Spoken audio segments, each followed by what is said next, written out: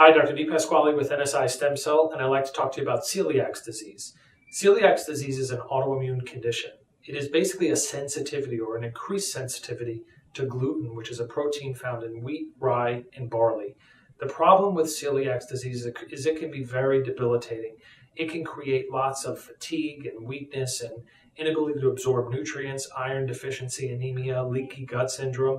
All of these can be a very debilitating condition, especially because gluten is so ubiquitous in our environment and in our food system. Obviously, there are things that we have to do to eliminate that from the diet in these individuals, but celiac disease can be a very significant problem. When it comes to autoimmune conditions, what needs to be understood is that that's not a normal thing. It's not a genetic predisposition either.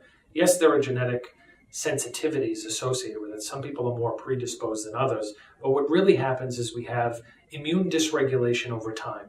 The reason why that happens, when I say dysregulation, there are two parts, right?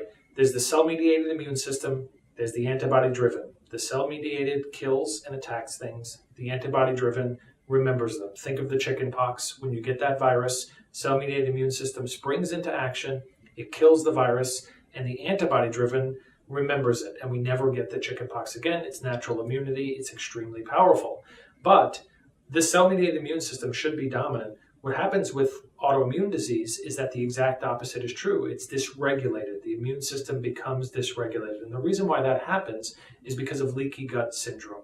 And what I mean by that is we get damage to the mucosal lining of our gut.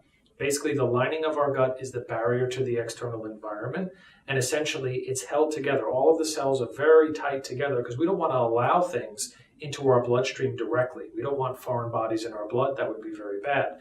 So what happens when those cells become damaged, we get gaps or we get leaks in the gut lining, and as a result, large particles enter our bloodstream directly, and we mount an immune response or we mount a defense against them. And that is what happens over time. And essentially, it creates this immune dysregulation over time. We become hypersensitive. Then what happens with autoimmune conditions is our immune system just goes haywire based on an external trigger. It can be a viral infection. It can be a bacterial infection. It can be a serious emotional event. It can be a trauma like a car accident. It can be exposure to environmental toxins. Because individuals with autoimmunity are genetically sensitive to these things, then what happens is we develop this autoimmune disease, and our immune system starts to attack healthy tissue.